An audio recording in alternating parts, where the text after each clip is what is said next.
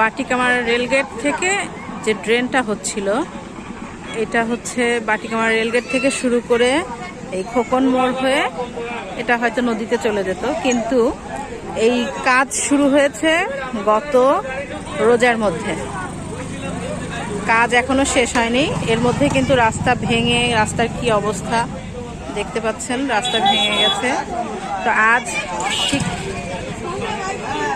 বেলায় 2:30টার দিকে এই ট্রাকটা এখানে উল্টে গেছে। ট্রাকের মধ্যে ছিল সিমেন্ট, সিমেন্টের ট্রাক, এটা একদম উল্টে পানির মধ্যে, এবং এই ইয়েটার উপরে, বিল্ডিং এর উপরে পড়েছে। বিল্ডিংটা যদি আসলে এখানে অনেক কাঁচা বাড়িও ছিল, কি অবস্থা দেখেন, একদম পানির মধ্যে। 1 বছর প্রায় হয়ে আসলো, একটা ড্রেনের কাজ শেষ হচ্ছে না।